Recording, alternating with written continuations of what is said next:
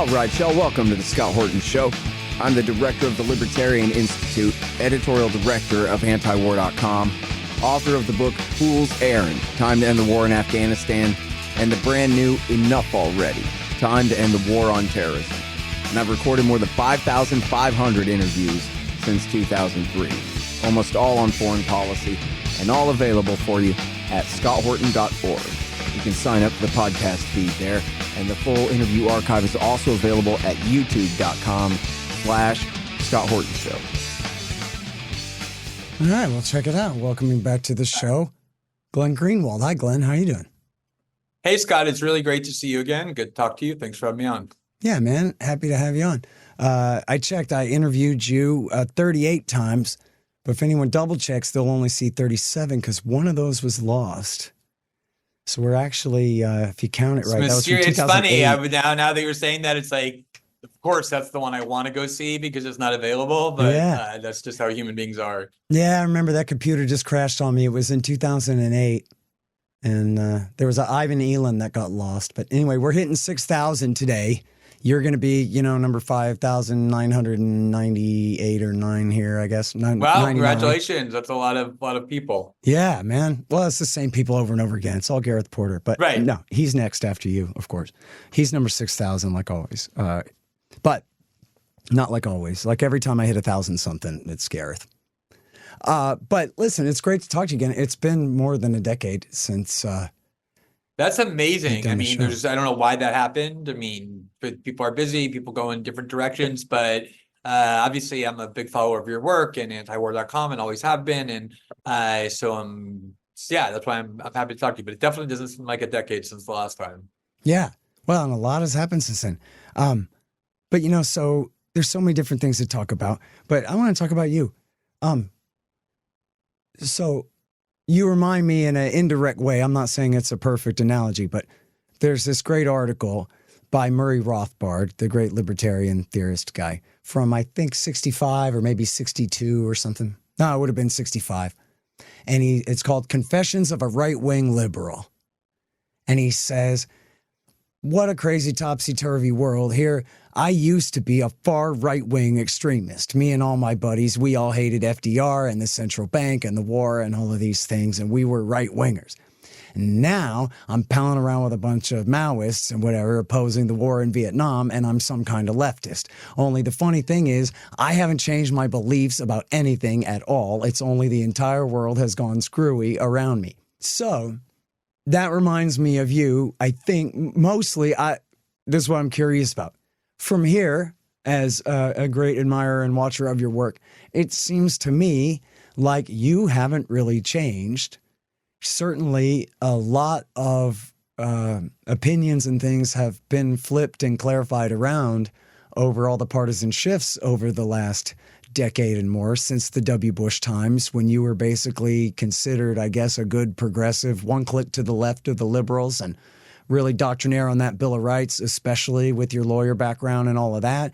But the way I remember you, I don't think I ever tried to put you on the spot back in the old days when we used to talk. It was always kind of a little bit nebulous where on the left you considered yourself on that spectrum. I always considered you to be essentially a liberal, only not in that worst sense where there are horrible hypocrites on every terrible thing, but that you're not really a Marxist type about property rights and guns and, that kind of deal either. So there's something centrist about you, although obviously, again, very committed to liberty in what used to be called the New Left sense, right?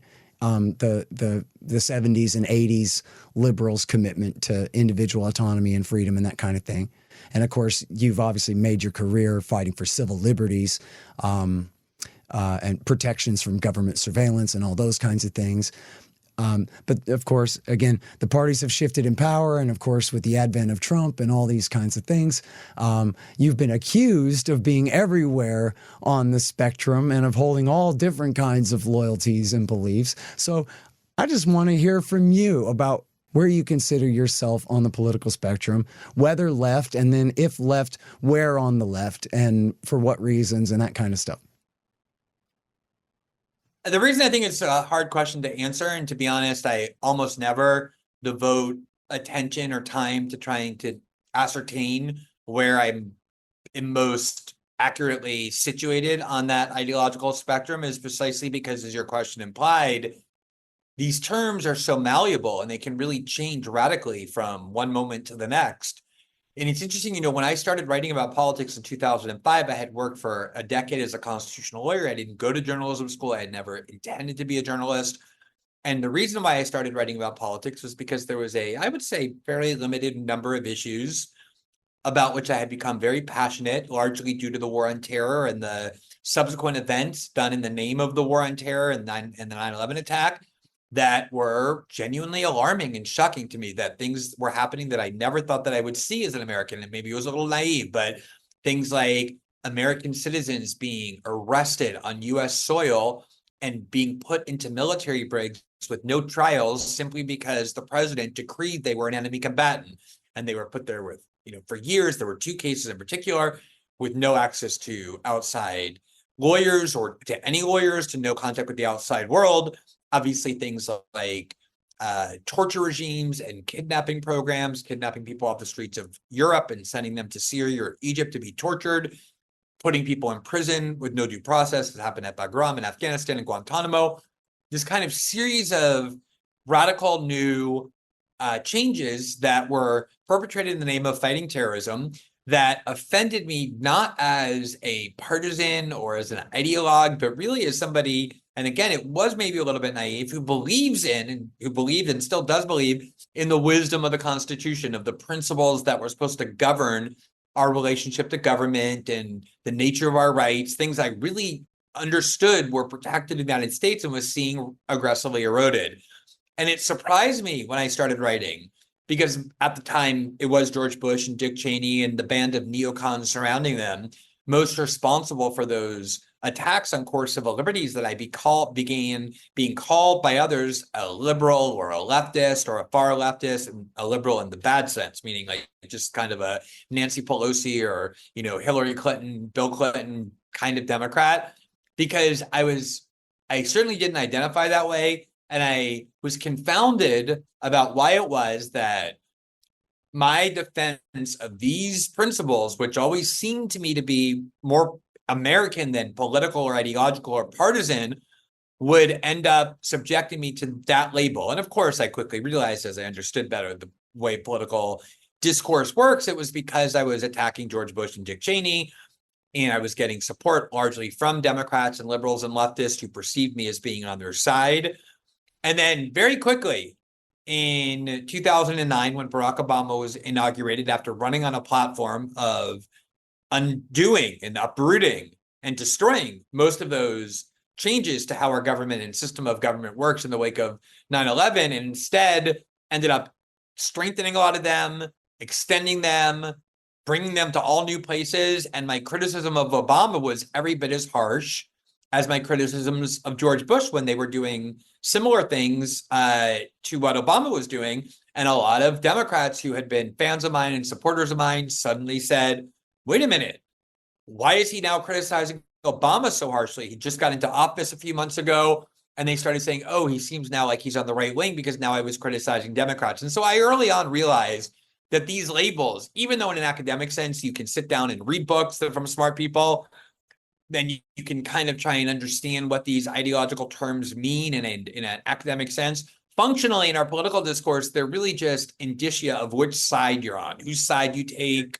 And, I think this is something that a lot of people aspire to. It sounds a little bit pompous to say, but I really try and have my allegiance be to the principles in which I believe. Sometimes those are going to benefit the American right. Sometimes they're going to benefit the American left. Sometimes they're going to benefit neither or both. And I do think that ends up being confusing for a lot of people, because most of the people who do punditry for a living, or who write about politics for a living, or who do journalism for a living, especially now, especially in the Trump era, but even before, their motivation professionally in terms of how they succeed is to plant their flag on one side or the other and stay there and service the people who are part of that group and become reliable spokespeople and allies for that group. That's the easiest way to build an audience, to advance in politics. And if you're somebody who doesn't do that and who really just isn't inclined to do it, it ends up confusing a lot of people. But then a lot of people also wield these labels as attacks So, for example, if you're criticizing the Democratic Party, then Democrats who can't claim that you're being right-wing in the values you're expressing. I mean, if I'm criticizing the CIA or the FBI, how could someone say it's a right-wing value to attack the U.S. security state, which has long been a bugaboo of the American left? So instead, they just try and say he's on the right, and therefore you can ignore the things he's saying. Or back then in 2005 and 2006, oh, he's a leftist, so you should ignore the critique he's making of the government. So I find these labels very obfuscating, oftentimes imprisoning. And so I try not to see the world that way or figure out where I am. I just prefer to say what I'm seeing and let others try and figure out what that means about my ideological label. Sure. And yeah, I mean, down with partisanship for sure. But and Lord knows you're the target of dishonest kind of labeling by people from morning to night. But so for like just a decent respect for the opinions of regular folk who really maybe don't know you that well or haven't followed you for that long or would try to figure you out, I am basically right that you're like somewhere sort of in the middle of the left or maybe even leaning toward the right. Like from what I understand, not that this is your big issue, but like you seem to be very comfortable with the welfare state and the regulatory state and civil rights legislation, kind of that sort of thing, right? Like you're not like me. I'm against all that stuff. I'm a libertarian. I just want to abolish every last bit of that. But I think you're like essentially comfortable with the LBJ civil rights regime and the welfare state and the regulatory state over corporate power and that kind of deal, right? Which is essentially like makes us some sort of progressive or something. Yeah, I mean, it's interesting because, I was saying just now that at the beginning, in the first few years, I was called a leftist or a liberal or a Democrat for the reasons I explained. But I always did have a very strong libertarian contingent who followed my work, and I still do. I mean, it's always been that way because obviously I align a lot with libertarians on the issues about which I speak most: free speech and censorship and government surveillance and the U.S. security state and war and intervention. I've written very positive articles about Ron Paul's candidacy before. That was one of the big breaches I had with the American left, why I was writing so favorably about Ron Paul and his candidacy. And obviously I found a lot to like in the Trump movement and in the Trump ethos as well on a lot of issues, including foreign policy and the like. So I'm not, at all a stranger to the argument that, look, the concerns that you have and on which you focus about the abuse of government power when it comes to things like surveillance or detention policies or the police state, or all these different ways that political power is abused, exactly the same thing happens when you give the state control over economics and over our healthcare policy and over regulating industry. That's why there's so much corporatist abuse and power, why there's so much corruption in Washington, because the more control and power you give to people in government, the more that power will be abused, not only in the issue of the area of intelligence or military or censorship, but also when it comes to economic power. And I completely understand and even find a lot of validity to that view. I think, when you look at things like the way in which both political parties are beholden to the same big donors and the same corporatist interests, it's obviously the case that if you give the government power over every aspect of our economy and over our lives, that then they're going to have the kind of power that the human beings abuse that I oppose all the time. The problem for me comes from the fact that I think that inequality in the United States, economic inequality, and the founders actually talked about this as well. They were obviously not communists or socialists, they were capitalists, but you can find writings in people like Thomas Paine and even some in Thomas Jefferson that if economic power becomes too disparate, the differences become too extreme, that it will automatically spill over into the question of political liberty, and people who are so able to dominate national life through extreme economic wealth while most people are suffering with extreme poverty will make these kind of ideals really illusory. And so I can imagine, and I understand the libertarian argument as well, that the reason for that inequality is the government intervention. And I'm very well versed in these arguments. I just have never been convinced. And I guess we're probably going to see maybe a kind of real test case in Argentina, where you actually have now not just a right-wing figure, but a hardcore doctrinaire libertarian when it comes to libertarian economics in President Milei, who wants to abolish government programs and rent control and all these things. I've never been convinced that kind of just abstract, harsh, laissez-faire approach would really end up generating economic prosperity of the kind that would eliminate these extreme differences in economic power that spill over into the political realm. But I'm not closed to that either. And honestly, I just don't consider myself having a level of expertise about macroeconomics or microeconomics or those kind of policies where I feel competent to write a lot about it or to speak a lot about it. It's a reason why I don't speak that often about it.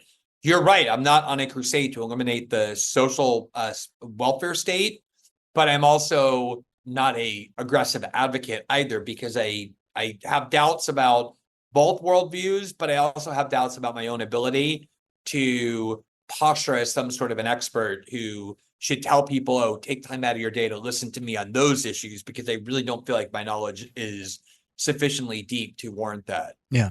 Okay. But now what about the part about you standing still and the whole world moving around you? Have you changed your views from, say, the Bush years on very much? Or No, I have not. I mean, my core values, I think if any criticism could be voiced about me, it's that I am very rigid in the views on which I'm most passionate. I just gave you an answer on economic policy where I confess to ambivalence, and for that reason, I don't spend much time on it. On the issues where I spend most of my time, I'm very, very firmly implanted in the set of values that I advocate, and I've changed very, very little in the last 20 years since I began writing about politics, because the more I've looked and the more I've read and the more I've done, the more convinced I became about the dangers of the kinds of policies I often oppose.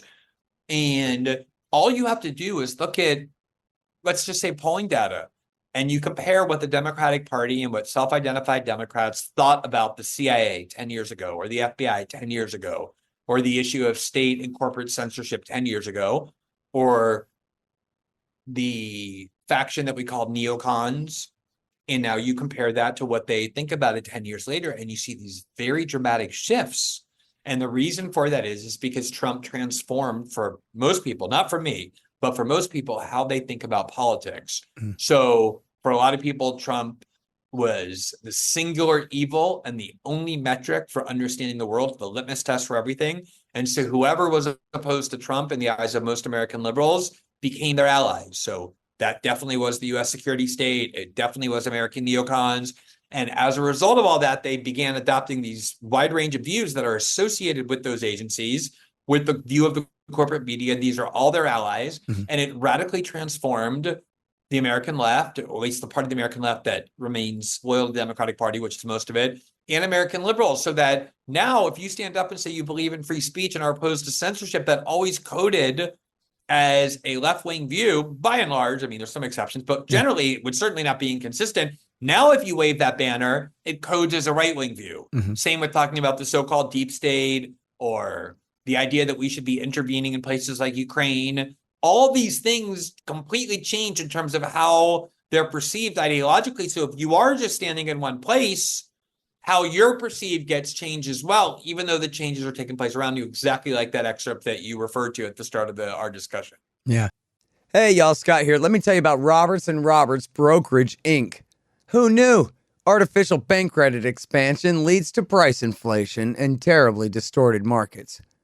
If you've got any savings left at all, you need to protect them. You need to put some, at least, into precious metals. Well, Roberts & Roberts can set you up with the best deals on silver, gold, platinum, and palladium. And they've been doing this since 1977. Hey, if you just need some sound advice about sound money, they're there for you too. Call Tim Fry and the guys at 800-874-9760. That's 800-874-9760. Or check them out at rrbi.co. That's rrbi.co. You'll be glad you did. Hey, y'all, you should sign up for my Substack. It's scotthortonshow.substack.com, And if you do that, you'll get the interviews a day before everybody else. But not only that, they'll be free of commercials. How do you like that? Pretty good, huh? ScottHortonShow.substack.com.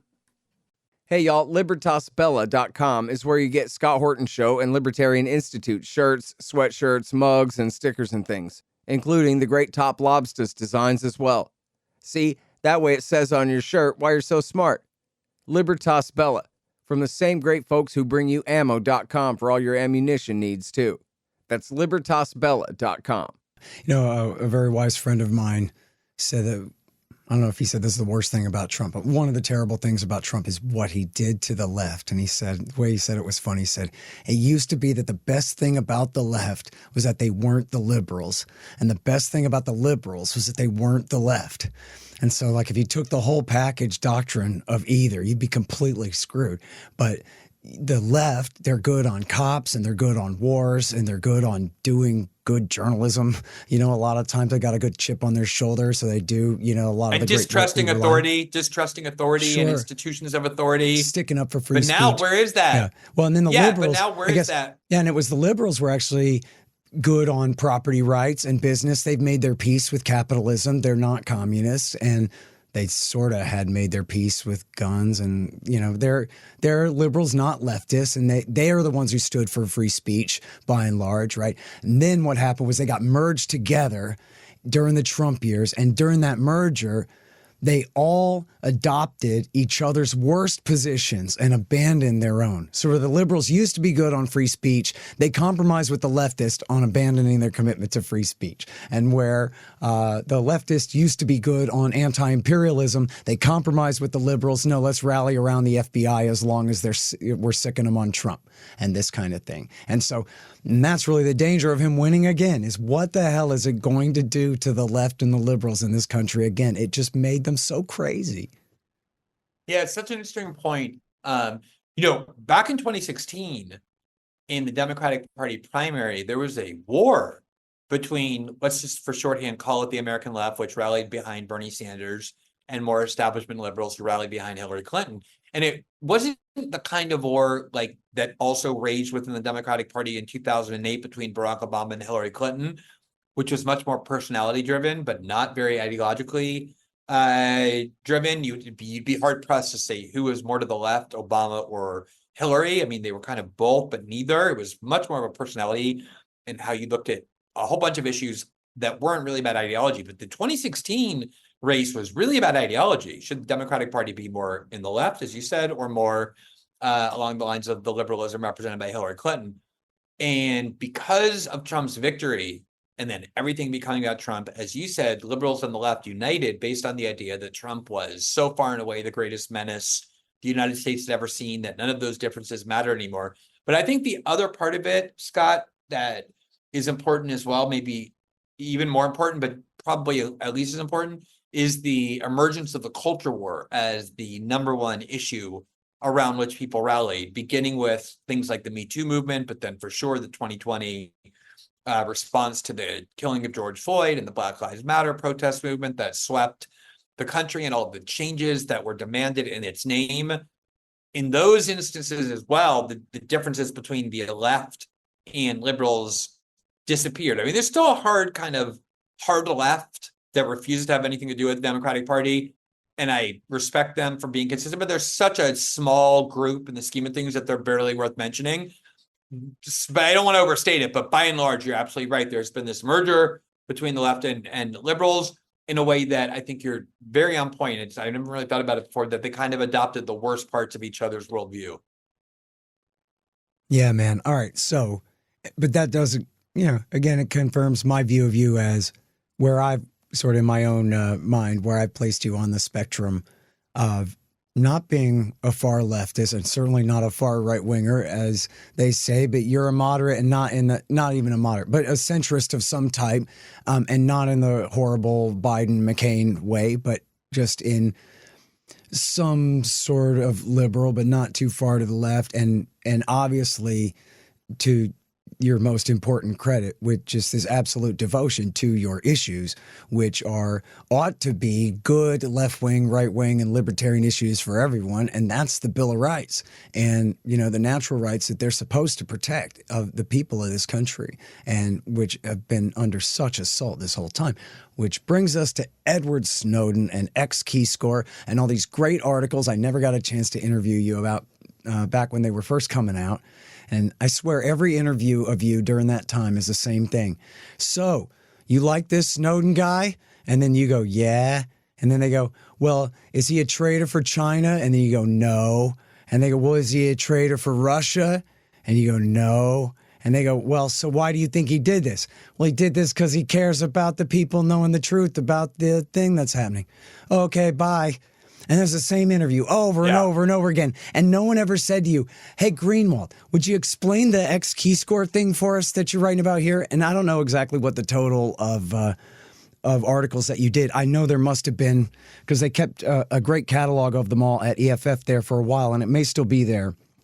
But there are, I'm going to say, 3, 4, 5 dozen maybe articles from around the world that were based probably on more the than that, same. because we partnered with media outlets all over the world whenever there were documents pertaining to the surveillance activities in their countries, which obviously we had a lot of access to from that archive. We would report in France and Spain and India and Brazil and all over the world, essentially. So there are, I think, more like hundreds of articles that came from the Snowden archive. Oh, great. Yeah. And it's something else. And there's a hell of a lot to it. And I know that in the end, Congress passed a little something and a few of the appeals courts ruled this and that. But we didn't get much of a rollback of those abuses at all, did we? We didn't get a rollback legislatively of these abuses. But I mean, we got a little bit, very little. But I think the biggest change from the Snowden reporting and all of the controversy that ensued and the kind of consciousness that it changed was precisely that it altered, I think, permanently the perception that people have of the government, the United States government in particular, the nature of privacy, and how the internet has been weaponized into one of the most coercive tools ever created, first for surveillance and now for thought control through the censorship regime that is being implemented. And as a result of that, it has done things like, for a while, there was a lot of real consumer pressure on big tech companies to prove that they were acting to protect the privacy of their users. And it did things like lead to end-to-end encryption, where you don't, back then in 2013, you had to actually opt to use encryption. It was very difficult and complex to figure out. Most people didn't have the time or the ability to do it. And they just kind of threw up their hands and they said, well, I'm not really somebody that the government would have an interest in, so I'm going to go ahead and leave it be. But now if you use, popular communication apps like WhatsApp, which is owned by Facebook, automatically there's end-to-end encryption that genuinely makes it more difficult, by no means impossible, but more difficult for governments to just casually spy on or listen in on or monitor what is being said on those chat devices. There is a much greater desire and market for encryption technology and for the idea that you need to take steps to protect your privacy, especially if you're engaged in sensitive work, if you're a journalist or a human rights activist. Most people involved in sensitive work are now conscious and aware of that. There were diplomatic relationships that were subverted or disrupted, and then treaties were implemented or measures were undertaken by governments to protect themselves from surveillance against the United States and against their Western partners. And so these changes may not be as glamorous, they may not be as visible, but on some level, they might actually be more important than statutory changes, because if you know the history of the U.S. security state, which I know you do, there have been quote unquote reforms that were imposed on the U.S. security state, such as those in the wake of the Church Commission in the mid-1970s with the Watergate scandal and the FBI and CIA scandals. And they were far more illusory than they were anything else. The establishment of the FISA court and intelligence committees. This is all just theater. Whereas changes in human perception and human behavior and the pervasiveness of encryption, I think these have put meaningful impediments in the path of governments. And again, it didn't, destroy the surveillance state. At the end of the day, maybe it didn't even meaningfully weaken it, but I think it at least made it so that people are aware of what is being done to the internet, and the need to, people are much more open to the idea that this isn't some just bizarre conspiracy. Prior to Snowden, if you tried to convince people that the US government was spying on people en masse through the internet, you would be laughed at. You would be called a conspiracy theorist. And it proved that those things are in fact happening to a much greater extent than people knew. With the passage of time, the ability to invent new enemies, scaring people about Russia or ISIS or Hamas, whatever the new enemy of the day is, it does start eroding a lot of those concerns, putting more faith in the Pentagon and the, CIA and the like. Those agents are very good at manipulating public opinion. But now at least it's a constant war. It's a constant back and forth.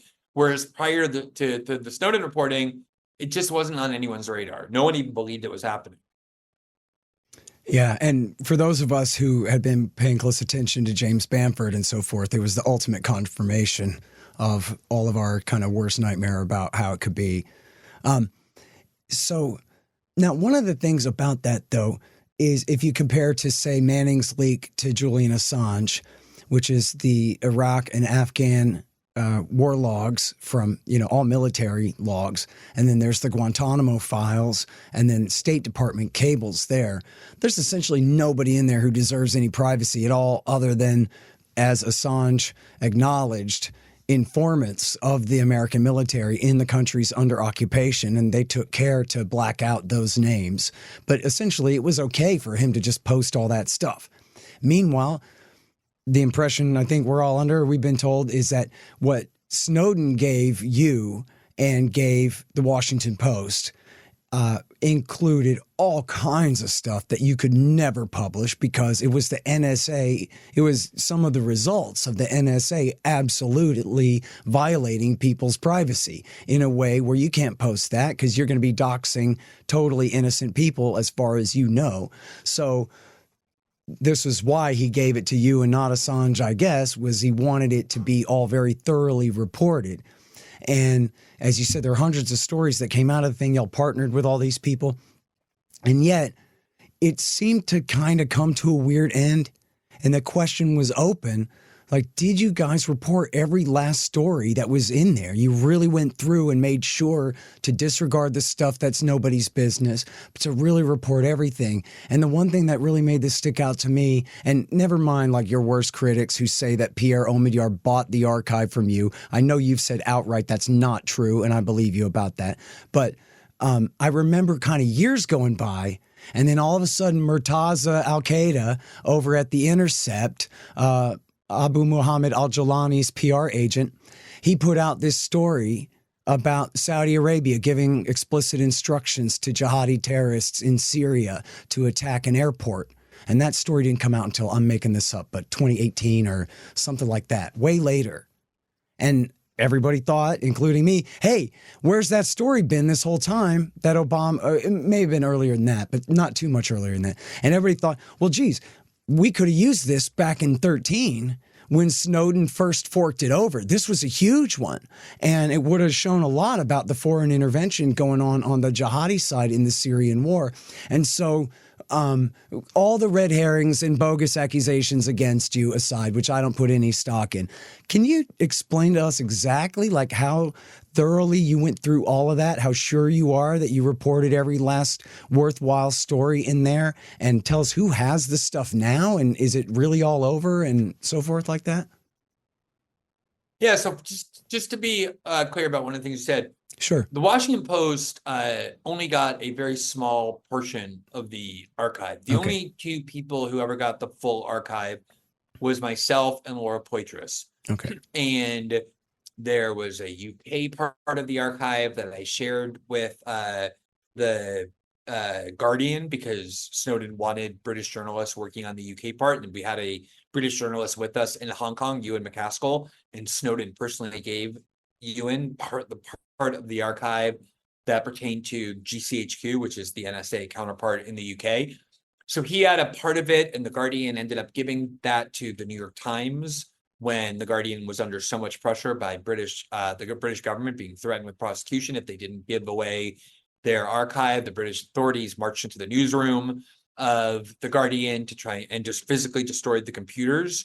They had detained my husband in 2013 on terrorism charges, and only because of a heavy Brazilian diplomatic pressure let him go. They were threatening to prosecute him. So there's a ton of pressure on The Guardian. And so they gave that archive to the New York Times, that part of it, so the New York Times had part of the archive, the Washington Post had a small part. The only ones who ever had the whole archive was myself and Laura Poitras.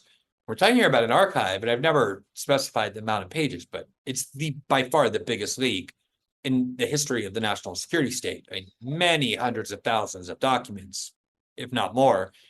And obviously the task of going through it, and, it's not, I think sometimes people think that the way the archive works is that like whatever big story there is, there's kind of like a big neon light saying like, hey, look here, there's a big story here. And that's not the way it works. You have to spend enormous amounts of time. We spent 3 years or 4 years, as the primary journalistic activity working with that archive. And some of the stories, you would have a little bit of a snippet in one document and a little bit of a snippet in another document. But even if you put them together, it didn't necessarily tell you a story. You had to go do outside reporting. You had to go and find sources that would help you, supplement what it was that was being said. So a lot of this reporting took, years to do just by the sheer volume of it. One of the reasons why I left The Guardian and we started The Intercept and was because we needed immense funding that Pierre Midyar could provide. He'd never had any role at all in the archive or anything else like that. But we needed immense funding. And one of the things we did was, we also were responsible for the security of the archive, because when Snowden gave us this archive, he was a very kind of conservative whistleblower in the sense that, as you said, he didn't want the archive in its entirety being published. If he wanted that, he didn't need us. He could have just uploaded it to the internet. He could have sent it to Julian Assange and asked Assange to publish the whole thing.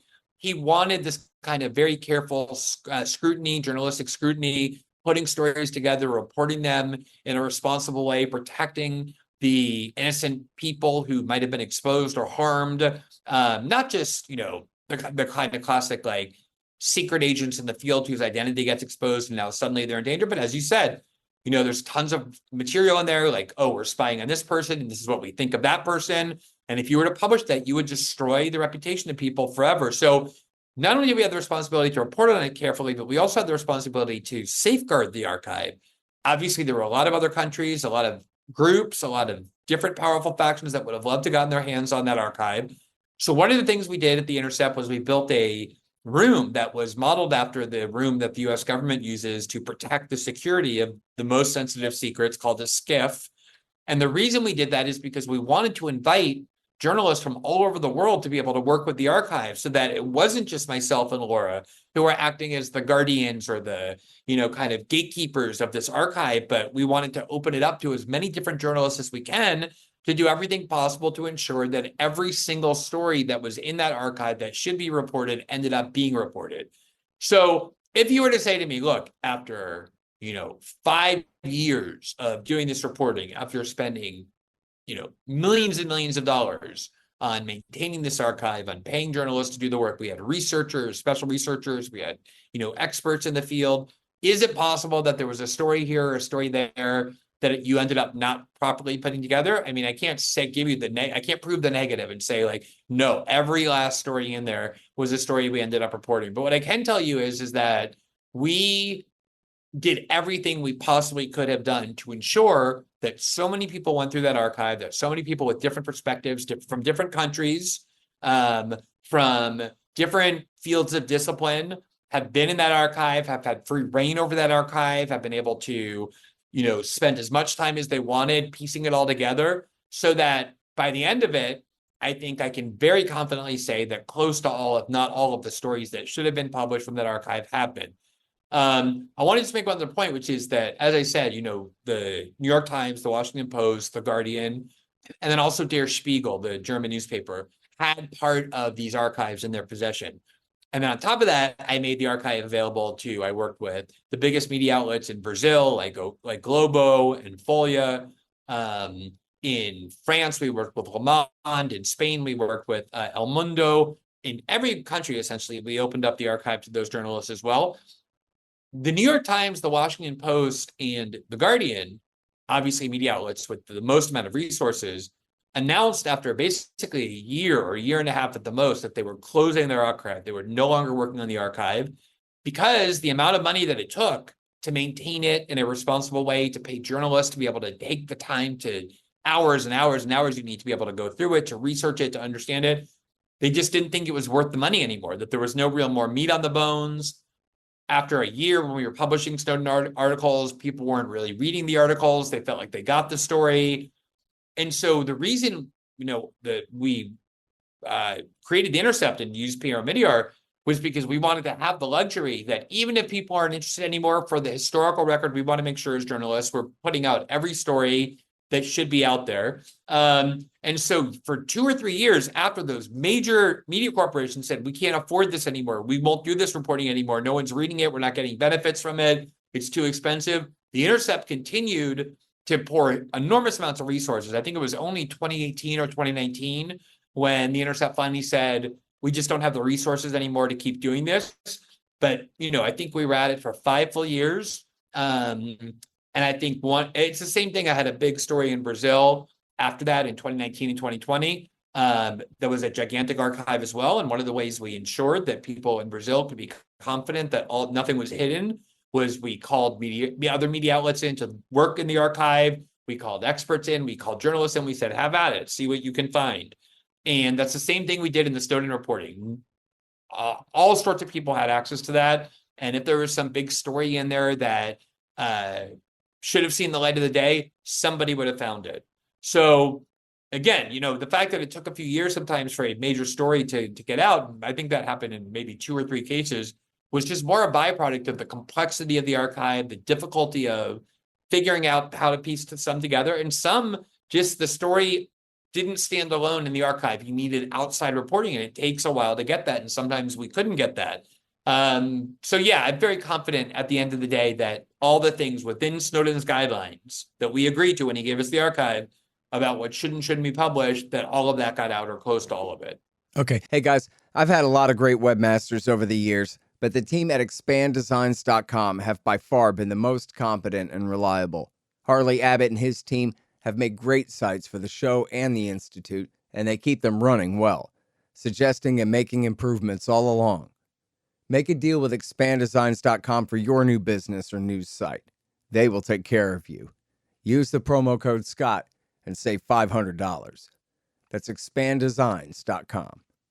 Man, I wish I was in school so I could drop out and sign up for Tom Woods' Liberty Classroom instead. Tom has done such a great job on putting together a classical curriculum for everyone from junior high schoolers on up through the postgraduate level. And it's all very reasonably priced. Just make sure you click through from the link in the right margin at scotthorton.org. Tom Woods' Liberty Classroom. Real history, real economics, real education. Hey, y'all, I got a new coffee sponsor. Mundo's Artisan Coffee at mundosartisancoffee.com.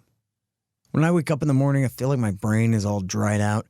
I need to pour a hot mug of rich, tasty coffee all over it to get it back working again, like 10W30 for the noggin. Though not necessary, it helps if the coffee tastes good. Well, Mundo's Artisan Coffee does taste good. They get the best beans from all around the world, and they don't burn them. Support the show and support your brain at mundosartisancoffee.com. Just click the link in the right margin at scotthorton.org. And I guess if you had made a statement that definitive before, I had not seen it. It had sort of felt like it had sort of petered out, and you had never said, well, that's about all I got there or anything, so people kind of wondered or whatever. It just felt a little funny there. But I'm glad you were able to clarify that. And of course, it's incredible reporting, and it's all still out there, and people can look at it. And geez, I think we're both probably running short on time here, but I want to give you a chance. Yeah, man, let me just quickly add you, just in case anyone has a doubt. There's been obviously Snowden faces to this very day, 30 felony counts. If he steps foot outside of Russia, he'll be immediately arrested and put into prison. There's been a lot of reporting, including from Mike Isikoff, that the Obama administration at the time was trying very hard to create theories about how to prosecute myself and Laura Poitras. I couldn't leave Brazil safely for a year because of those legal threats. My husband ended up, in a serious criminal investigation in the UK because of his role in helping bring these materials to us and enabling us to work with them. So if you want to understand how the U.S. government sees the reporting, there's all kinds of evidence about the way they viewed this as one of the gravest threats ever to their interests. And so that's just some additional information to consider. Yeah, well, and they put all these ridiculous stories by Jay Epstein in the Wall Street Journal about how Snowden was a spy for China, or was it Russia, and back and forth again, and that you were the limited hangout. Right. Oh, sure, it's a civil liberties whistleblower, when what he's really doing. And of course, I know the story. In fact, tell the story real quick, would you, about how Snowden got stranded in Russia in the first place, Glenn? Yeah, I mean, what's so infuriating is that to this very day, people use the fact that he's in Russia to try and claim he's a Russian spy. And you're right. At the time, before he went to Russia, the attack on him was, oh, he's a Chinese spy because he chose Hong Kong as the city where we would meet. And that's where we did our work. And he did that because Hong Kong's a safe city in terms of, the big fear was the CIA was going to try and do everything it could to prevent us from doing that work if it knew what we were doing. And he felt like Hong Kong was both a city that symbolized the quest for freedom and democracy from mainland China, but at the same time, it was a secure place in that the U.S. government just can't run wild in Hong Kong because of the role of China. So at the time, it was, oh, he's a Chinese spy. Now it's he's a Russian spy. But the reality is that, and there was a kind of big drama when Snowden finally left Hong Kong, and he was trying to get to South America, to Bolivia, to Ecuador, where Julian Assange had asylum, to one of those countries in the northern part of South America where we believed he could get asylum. And in order to fly to get there from Hong Kong, he had to fly Hong Kong, Moscow, Moscow, Havana, Havana, either to Venezuela or Ecuador or Bolivia. The Cuban government had given Snowden a guarantee of safe passage. When the Obama administration learned of that fact, that Snowden was going to transit through Havana in order to get to South America, it was at a time when the Cubans were trying to reach a deal with the Obama administration to lift the embargo on Cuba, or at least to severely weaken it. And the Obama administration called up Cuba, and Ben Rhodes, a senior Obama national security official, boasted about this in his book. They called up the Cubans and they said, look, if you allow Snowden to pass through Havana, then there will be no possibility that we will do a deal with you to lift this embargo. In fact, we will impose even harsher sanctions to suffocate your country. And as a result, they bullied and coerced the Cubans into withdrawing their guarantee of safe passage, meaning if you try to transit through Cuba, we won't turn you over to the United States.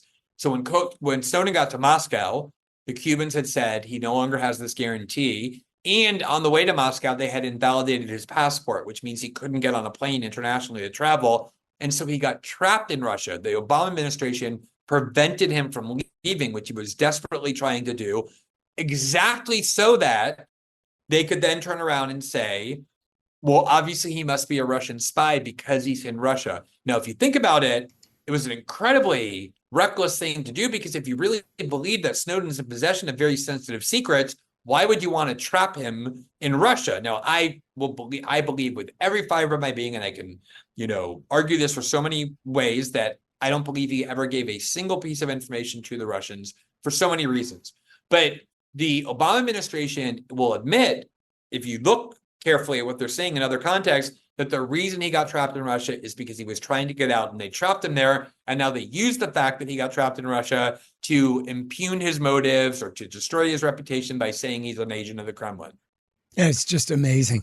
They put him in the position to be completely debriefed on everything he ever learned working for the CIA and the NSA and all this. I agree with you. There's no reason to believe that he spilled his guts to them. But still, they put him in that position just for the public relations of being able to say, well, look at him. He's in Russia. When, as you say, anybody who actually knows the story knows that they're the ones who stranded him there. Exactly. It's just completely crazy to think that they would do that. And it's funny, too, that the hard feelings in the national security state really are directed that much towards Snowden in that case, and not toward our current president, Joe Biden, who was instrumental in stripping him of his passport and threatening all those countries that they better not allow air passage and all these things, forcing that plane down. Wasn't Biden involved in forcing the Austrian ambassador's plane down? No, what happened was the president of Bolivia, Evo Morales, traveled to Moscow for a very, ordinary, routine diplomatic visit from one head of a state to another.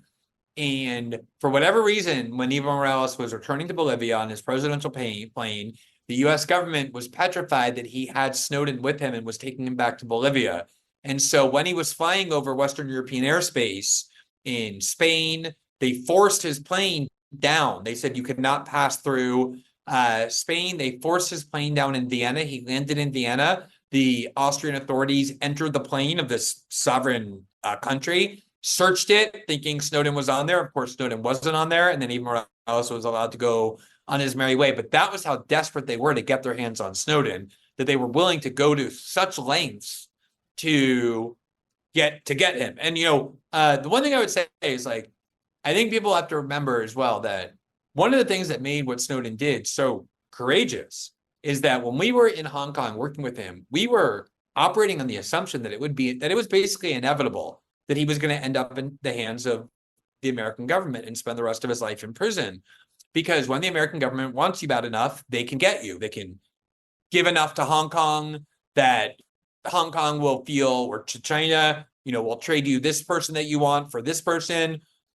And what happened was Snowden worked with a Hong Kong newspaper, it was the South China Sea Post, to describe how one of the things that had been compromised was the communication system that ordinary Chinese people used to communicate with one another. And Snowden became a national hero overnight in China, and it made it impossible for the Chinese government or for the Hong Kong government to hand him over to the Americans, which is why they let him leave. They just wanted they didn't want that problem at all. So Snowden proved he was willing to go to prison for the rest of his life to bring this story to the public light. I mean, that was the assumption, that he was going to prison. It was by a huge stretch of luck that he didn't end up in the hands of the Americans. And why would he then, having already said I'm willing to go to prison for this story, then turn around and help Russia understand how better to spy on their citizens just in order to avoid prison? He just got done proving he'd rather go to prison than enable a state to surveil their citizens. And that's why I'm so sure that he would never have given any secrets to Russia. Yeah. Well, and I'm sure he would have been able to tell them with a straight face, they know what I gave Greenwald, and they've already changed all the codes and all the keywords and whatever in ways that it's not going to help you anyway if I told you. They've already done their damage assessment and are cleaning up. So what difference does it make, as Hillary Clinton might say, at that point anyway?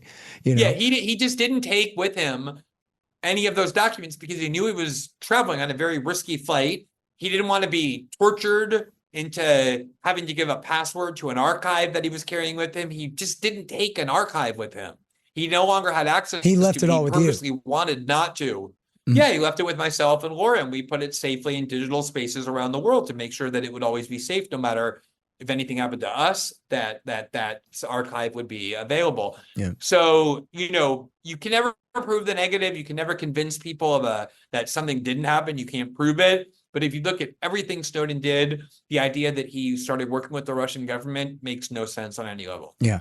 And by the way, I think I messed up the Wall Street Journal hack's name earlier. It's Edward J. Epstein is what I meant to say there. Yeah. Who writes that garbage.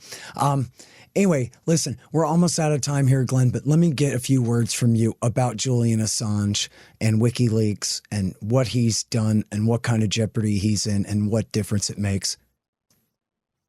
I think Julian Assange is the most consequential and pioneering journalist of our generation, because he was really the one who foresaw, before anybody else did, that the future of real journalism, not the kind that, the New York Times, CNN do, but like the kind where you confront real institutions of power and are able to expose their secret deceit and crimes that they do the most to keep hidden, was the fact that these institutions now store all of their secrets digitally, which makes it much easier in one way to transfer their secrets and to take them. When Daniel Ellsberg leaked the Pentagon Papers to the New York Times, one of his big challenges, and I've heard Ellsberg tell the story, is at the time you didn't have anything stored digitally. So for him to copy the Pentagon Papers, which was thousands of top secret documents, he literally had to go to a pharmacy with a bag of nickels or dimes and photocopy on a Xerox machine one page after the next. And obviously doing that is a very risky thing to do. It's easy to be detected. When Chelsea Manning transferred the Iraq and Afghanistan war logs to WikiLeaks and the diplomatic cables, talking about hundreds of thousands of top secret documents. She downloaded it all in about 30 minutes onto a thumb drive while she listened to a Lady Gaga album. And so it really changed everything in terms of the ability for these corporations or for these major institutions of state power to have a huge vulnerability in how they keep their secrets. And the idea of WikiLeaks was, we're going to create a way for people to submit information to us who work inside these agencies and maintain their anonymity. They're going to send it to us anonymously. No one can ever trace it. That was Julian's vision. That was something he understood before anybody else. It was something that he had the technical capacity as a former hacker to be able to create. And that was why WikiLeaks was so revolutionary and why it led to some of the most important stories of our time. I mean, Julian Assange has broken more major stories than every person who works at a media corporation combined. And of course, that's precisely why he's in prison. I mean, the charges against Julian Assange have nothing to do with anything he did in 2016 in terms of how he got the emails from the DNC server or the emails of John Podesta, Hillary Clinton's campaign chair. It's only about the work he did in really acting as a journalist. He got a source, Chelsea Manning, who worked inside the military. She got access to these secrets, sent it to Julian Assange and to WikiLeaks, and they actually reported it. There's people have forgotten that when they first began publishing those documents, they didn't just indiscriminately upload everything. They partnered with the New York Times and the Guardian, and they redacted heavily all kinds of names, all kinds of information, and only then did they publish it.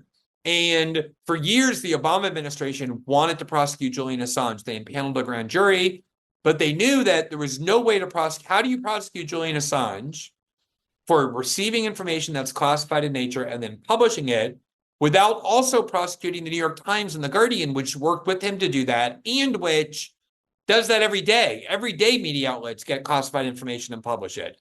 You would basically be criminalizing journalism. And so the Obama administration looked for some argument to be able to say that somehow Julian Assange actually helped Chelsea Manning steal that information, did not just passively receive it the way a journalist did, could not find anything, and decided not to prosecute him. When Trump got elected and appointed Mike Pompeo as the head of the CIA, Mike Pompeo gave a speech early on vowing to destroy Julian Assange and WikiLeaks.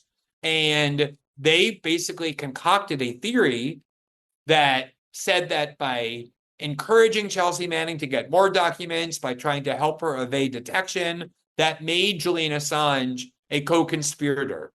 And the reason that's so dangerous is because every investigative journalist works with their source in that way. Oh, can you get me some more of this? Can you get me some more of that? Instead of just calling me on an open line, you should use encrypted chat technology so that you don't get caught.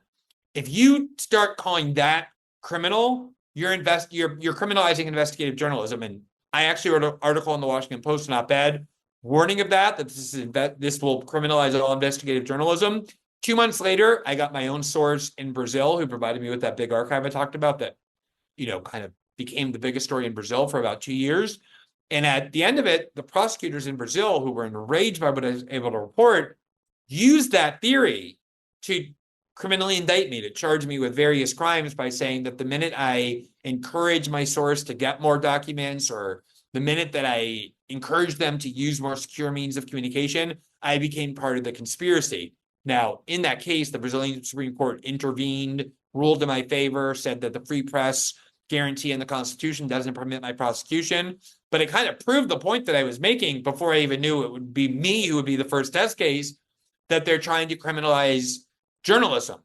Julian Assange has been in prison since 2018, ever since Mike Pompeo bullied Ecuador into withdrawing their asylum protection. That was when the London police went in. They put him into a prison that is known as the British Guantanamo. It's where the highest security prisoners and terror suspects are held.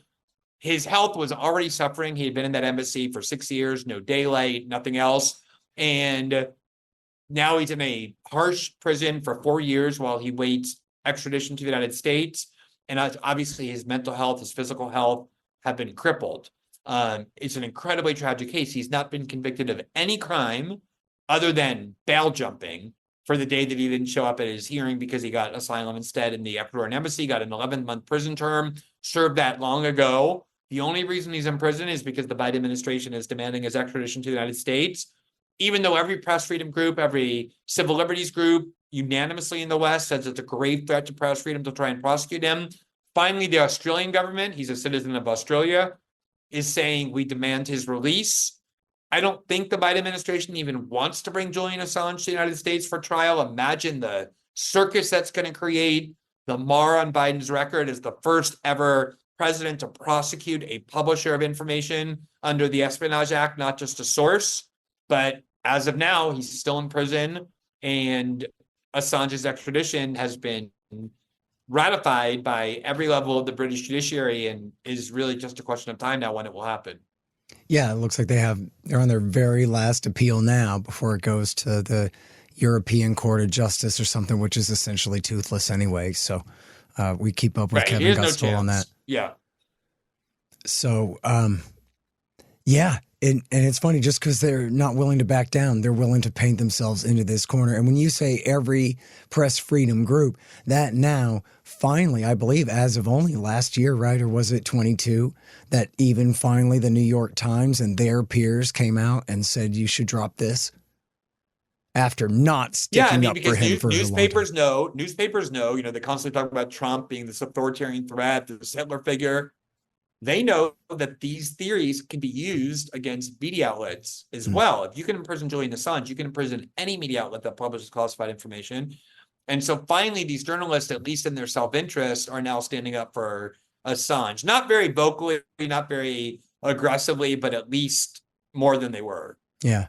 And you know what's funny there is they got no reason to hate him other than being jealous that he just makes them look like such dinosaurs. He never did anything. I mean, if you're a real partisan Democrat, then he screwed Hillary Clinton. But hey, he also ratted on George W. Bush to the nth degree, more and better than anybody ever at least helped tell the truth. Him and Manning working together to leak the Iraq and Afghan war logs, which are insane, the detail in there about Iraq War II and Afghanistan during that time.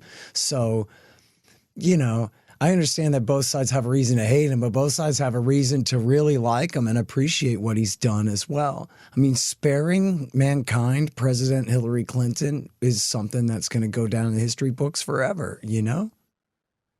I appreciate it. No, for sure. Yeah, the more stories you break that are truly threatening to the U.S. security state, the more journalists hate you. And that's one of the reasons why most of them are happy that Assange is in prison. Yep. Yeah, it's nuts. All right. Well, listen, man, it's good to catch up with you, Glenn. Thanks very much for the great interview today. Appreciate it. Absolutely. Keep up the great work. Thanks for having me on. The Scott Horton Show, Anti-War Radio, can be heard on KPFK 90.7 FM in LA, APSradio.com, antiwar.com, scotthorton.org, and libertarianinstitute.org.